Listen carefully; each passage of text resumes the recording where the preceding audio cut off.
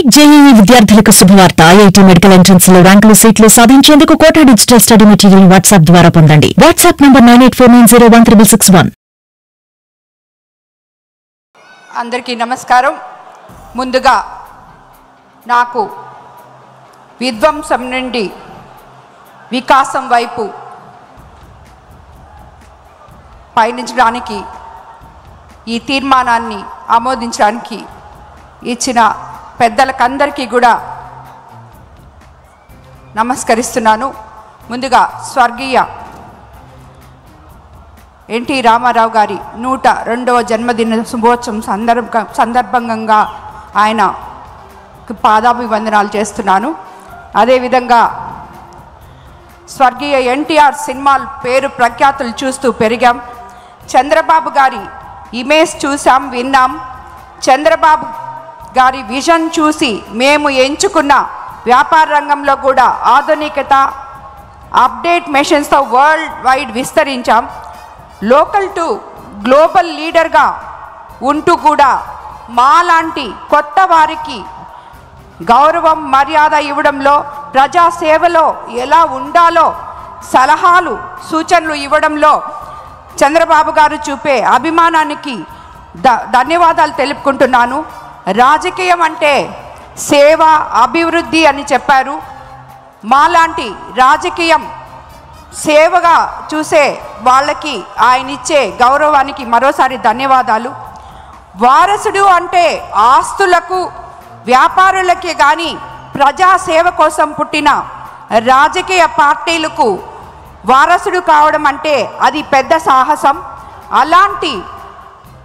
అలాంటిది తాత, తండ్రిని మించి రాజకీయ పార్టీలో ప్రతి కార్యకర్త మనసు గెలిచిన లీడర్గా లోకేష్ తనకు తాను నిరూపించుకున్నారు. విపత్కర పరిస్థితుల్లో తల్లిదండ్రులను, తెలుగుదేశం పార్టీని కాపాడుకుంటూ రాక్షసాంగ పరిపాలన చేసే నియంతతో పోరాడినప్పుడే లోకేష్ బాబు గారి శక్తి తెలిసింది. ఇన్ని ఉత్తమ నాయకత్వ లక్షణాలు మనసున్న అధినేతలతో కలిసి ప్రయాణం చేయడం చాలా గొప్పగా నేను ఎంపీ వేమిరెడ్డి ప్రభాకర్ రెడ్డి గారు భావిస్తూ రాష్ట్ర పునర్నిర్మాణానికి ఈ నాయకులతో కలిసి అడుగులు వేయడం మా అదృష్టంగా భావిస్తున్నాను. ఆంధ్రప్రదేశ్ రాష్ట్రంలో మరి ఏ నేతకు దక్కని గౌరవం సీఎం చంద్రబాబు గారికి దక్కింది. కష్టపడి పనిచేయడం, నిజాయితీగా ఉండడం, అనునిమిషం ప్రజల కోసం వాళ్ళ భవిష్యత్తు జీవిత లక్ష్యం అని బతకడం వల్ల ప్రజలు 4 దశాబ్దాలుగా ఆయన్ను గుండెలో పట్టి చూసుకుంటున్నారు. నిన్నటి విధ్వంసం నేటి రేపటి వికాసం వైపు రాష్ట్రం ప్రయాణం సాగుతోంది. అన్ని ప్రాంతాల, అన్ని వర్గాల ప్రజలు ఆకాంక్షలకు అనుగుణంగా సవాళ్లను, కష్టాలను ఎదుర్కొని నిలబడి సీఎం చంద్రబాబు గారు పాలన సాగిస్తున్నారు. రాష్ట్రంలోని ప్రతి పౌరుడు గర్వపడేలా నాది ఆంధ్రప్రదేశ్, నా రాజధాని అమరావతి అనేలా నిర్మాణం చేపట్టారు. ఏడాదికి 15% వృద్ధి సాధనతోనే స్వర్ణాంధ్ర 2047 సాకారం అవుతుంది. 2047 నాటికి 308 లక్షల కోట్లు ఆర్థిక వ్యవస్థగా ఏపీ చేరాలనే లక్ష్యంగా పెట్టుకున్నాం.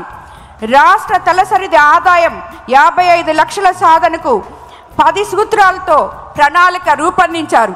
60% పట్టణీకరణ, నిరుద్యోగత తగ్గించడం, 39.12 లక్షల కోట్ల ఎగుమతులు సాధించడం లక్ష్యంగా పెట్టుకున్నారు. 2029 నాటికి తలసరి ఆదాయం 5,42,985 వచ్చేలా పెట్టుకున్నారు.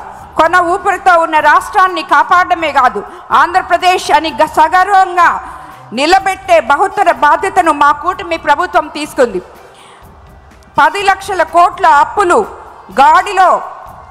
గాడి తప్పిన వ్యవస్థలు, అస్తవ్యస్తంగా ప్రభుత్వ శాఖలు, పెండింగ్ బిల్లులు, అనేక సవాళ్లను విసిరిన అనుభవంతో, అందరి సహకారంతో పాలన చేస్తున్నారు. ప్రజల నమ్మకం ఒమ్ము కాలేదు. 5 నెలల్లోనే ప్రజల కోసం ప్రభుత్వం అనేక అడుగులు వేసింది. అందుకే ప్రజల్లో ఒక నమ్మకం, సంతృప్తి, సంతోషం, భద్రత కనిపిస్తుంది. ఎన్నికల హామీలకు అత్యధిక ప్రాధాన్యత ఇచ్చాం. తద్వారా ప్రజల్లో ఒక పాజిటివ్ చర్చను తీసుకురాగలిగాం. ప్రజలు కూడా అర్థం చేసుకునేలా అండగా నిలిచారు. పేదల సేవలో అనే కాన్సెప్ట్తో పాలన చేస్తున్నాం. దానితో భాగంగానే ప్రజల జీవన ప్రమాణాలు మార్చే పథకాలు ఎన్నో అమల్లోకి తీసుకొచ్చాం. 2014లో 16,000 కోట్ల రెవెన్యూ లోటును పాలన ప్రారంభించిన 120కి పైగా సంక్షేమ పథకాలు కార్యక్రమాలు అమలు చేశాం. గిరిజనులకు, దళితులకు 27 పథకాలు, ముస్లింలకు 10 పథకాలు, బీసీలకు ఆదరణ వంటి పథకాలతో వెన్నుదన్నుగా నిలిచాం. పుట్టిన బిడ్డకు ఎన్టీఆర్ బేబీ కిట్, తల్లి బిడ్డ ఎక్స్ప్రెస్తో మొదలుపెట్టి చనిపోయిన వారికి బీమా వరకు అనేక పథకాలు అమలు చేశారు. కానీ గత ప్రభుత్వం చివరికి పేదవాడు తినే అన్నా క్యాంటీన్ను కూడా మూసివేసింది. సంక్షోభం నుంచి సంక్షేమం వైపు నేడు మళ్ళీ పథకాలు ప్రాణం పోసాం. పెన్షన్లు 4,000 పెంపు. దేశంలో అత్యధిక పెన్షన్లు ఇచ్చే రాష్ట్రం మనదే. ఎక్కువ అప్పులు, తక్కువ ఆదాయం ఉన్న రాష్ట్రంతో దేశంలోనే ఎక్కువ పెన్షన్లు ఇస్తున్నాం. అధికారం చేపట్టిన మొదటి నెల నుంచే 64 లక్షల మందికి ఇంటి వద్దే పెన్షన్ ఇవ్వగలుగుతున్నాం. దేశ చరిత్రలోనే లేని విధంగా అనారోగ్యంతో ఉన్నవారికి 10,000 రూపాయలు, 15,000 రూపాయలు పెన్షన్ ఇస్తున్నాం. పేదల కోసం నేటికి 198 చోట్ల అన్నా క్యాంటీన్లు ప్రారంభించాం. 5 రూపాయలకే కడుపు నిండా పేదలు భోజనం చేసేటట్టు చూసుకుంటున్నాం.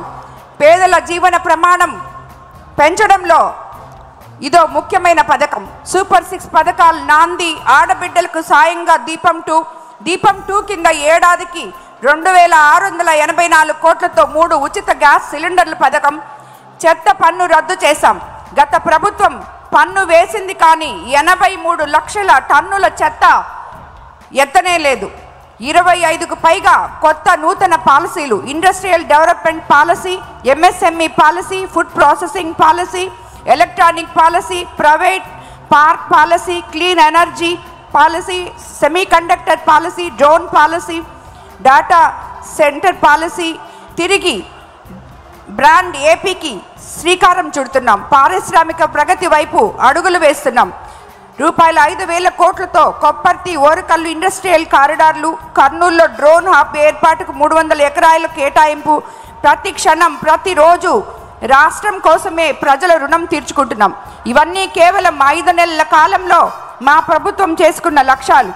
అన్నీ చేస్తాం, రాత్రికి రాత్రే అద్భుతాలు సృష్టిస్తామని చెప్పడం లేదు. కానీ ప్రతి ఒక్కటి మనం ప్రజలకి ఎలక్షన్ టైంలో ఏమైతే హామీలు ఇచ్చామో అవన్నీ ఇవ్వడానికి మన ముఖ్యమంత్రి చంద్రబాబు నాయుడు గారు, నారా లోకేష్ బాబు గారు ఇద్దరూ కలిసి ఎన్నో ప్రయాసాలకు ఓర్చి పేదవాడి గుండె చప్పుడు వింటూ ఎన్నో మహోన్నత కార్యక్రమాలు ముందుకు తీసుకెళ్తున్నారు. అన్నిటికన్నా ముఖ్యంగా పేదవారి కోసం ప్రతిరోజు ఇక్కడ ఉన్న ఏ నాయకుడైనా మనకందరికీ దిశానిర్దేశం చేస్తే దాని విధంగా అట్టడుగున ఉన్న బలహీన వర్గాలకి, కార్యకర్తలకి ఎలా అండగా ఉంటారో మనకి ఆ విధంగా మనల్ని ప్రతి నెల 1వ తేదీ పెన్షన్ ఇవ్వడానికి ప్రజల్లోకి పంపించి వారి కష్టాల కోసం వాళ్ళకి ఎటువంటి ప్రాబ్లం ఉన్నా అక్కడికక్కడే తీర్చే విధంగా మనకి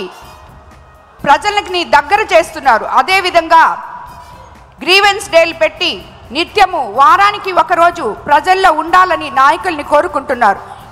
ఇలాంటి నాయకులతో కలిసి మనం పనిచేయడం వల్ల అట్టడుగు బలహీన వర్గాలకి, కార్యకర్తలకి అందరికీ కూడా న్యాయం జరుగుతుంది. ఇలాంటి వాళ్ళు మనకి రాబోయే రోజుల్లో తప్పకుండా ఎటువంటి క్లిష్ట పరిస్థితుల్లో మన రాష్ట్రం ఉన్నా కూడా మనం అభివృద్ధి ప్రదం వైపు ఎల్లగనమలి ఇలాంటి నాయకుల ద్వారా మనం అందరము దీని మూలంగా తెలియజేసుకుంటాను. మరోసారి నాకు ఈ ప్రతిభాన్ని బలపరిచినందుకు ఇచ్చిన అవకాశాన్ని ఇచ్చిన అందరికీ కూడా ధన్యవాదాలు తెలుపుకుంటూ నమస్కారం.